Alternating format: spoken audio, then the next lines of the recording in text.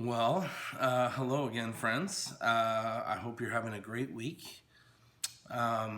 This week, in our study of the new City Catechism together, we've come to question answer 17, which is this question: what is idolatry? Idolatry, rather.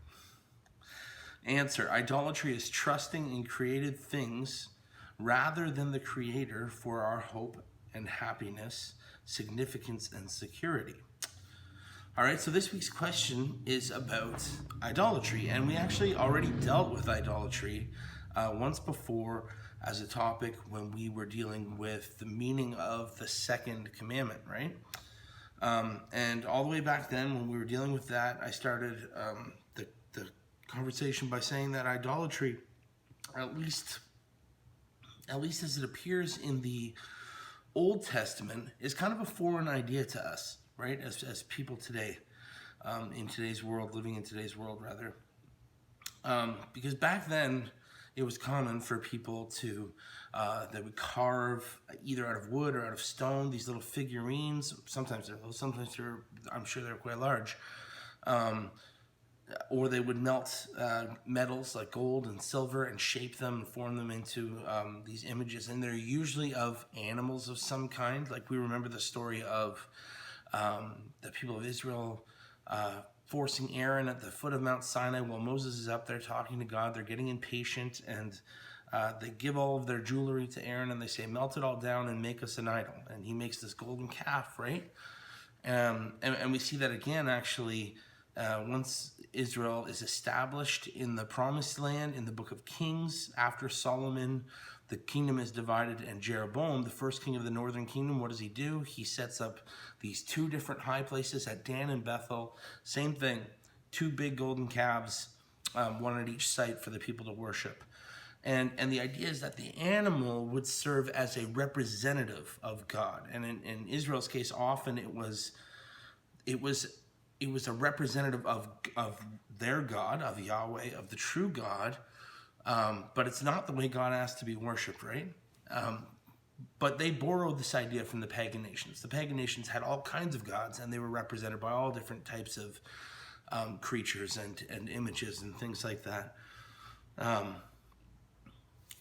yeah, so that was common in those days, right? That was their way of worshiping created things rather than the Creator, right? But the question, I guess, that we ask is, well, I mean, we don't do that stuff anymore. So what does idolatry have to do with us? Tim Keller, he wrote a very good book called Counterfeit Gods.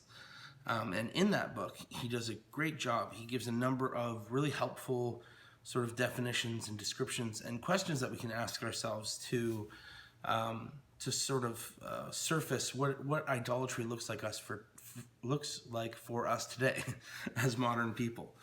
And one of the things he says in that book is this. He says, an idol is anything that is more important to you than God. Okay, that's the simple definition. And he goes on, he kind of fleshes this out for us. He says, anything that absorbs your heart and imagination more than God. Okay, so now we're asking questions like, in your spare time, when your mind is allowed to drift, where does it go? What are the things that you obsess over? What are the things that you frequently return to in your thought life and in your imagination? Does it compete with God's glory? Next, he says, is anything that you seek to give you what only God can give you? Is there something that you feel gives you your sense of worth and value in life that's not God, right?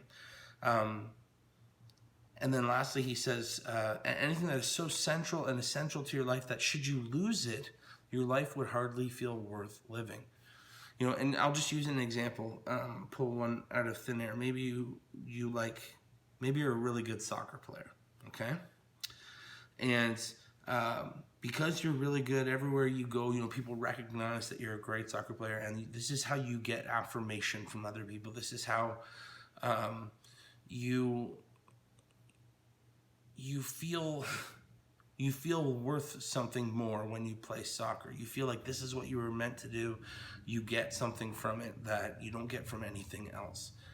But the real test of an idol, as Keller points out here, as Tim Keller points out here, is that, if you lost it, would life feel not worth living? What happens when things in life go terribly wrong, right? So imagine, you're that person and you're this incredible soccer player, and that's how you get your sense of self-worth in life. And then you get in a car accident and bust up both your knees, and you find out from the doctor that you can never play soccer again, right? What does that do to you? If that sends you into an existential crisis, or if that makes you start to question or doubt that God is good, or his intentions for you in any way, then maybe that's signaling that there's a problem there, right? Jesus uses a parable in his most famous sermon, right? The Sermon on the Mount. He uses this parable of these two people who build homes, right? And again, I say this because the true test of an idol is if you lost it. If something were to happen, if things in your life were to go sideways, would your idol be able to prop you up? Would it be able to support you? You're putting your hope and your trust in this thing. Can it be counted on? And Jesus uses this parable about those two people building their homes. I'm sure you remember it. And in the first guy, he finds this beautiful sandy beach, and he thinks to himself, what an ideal spot for a home. The view is going to be amazing, and all my friends are going to love it here. And so him and his buddies get together and they build this awesome beach house. But then what happens, the first storm of the year rolls in and brings with it heavy winds and rain and waves, and the sand erodes out from underneath his home, and the whole thing collapses. Right? Because sandy beaches are beautiful, but they make terrible foundations. That's not what they're for, right? And the things in this life that we are often tempted to make idols out of are often very good gifts from God, but they're not designed. They were never designed to bear the weight of our hope and expectations, to carry us through all of life's storms. That's not what they were made for. They were just good gifts meant to point us to God. Well, you see, Jesus is the solid rock. He is the perfect foundation. He is perfectly capable of carrying you through whatever is thrown at you in this life, including death. He is unshakable because he is God. He is who you were made to find your hope and your happiness, your significance and your security in, as our answer says today.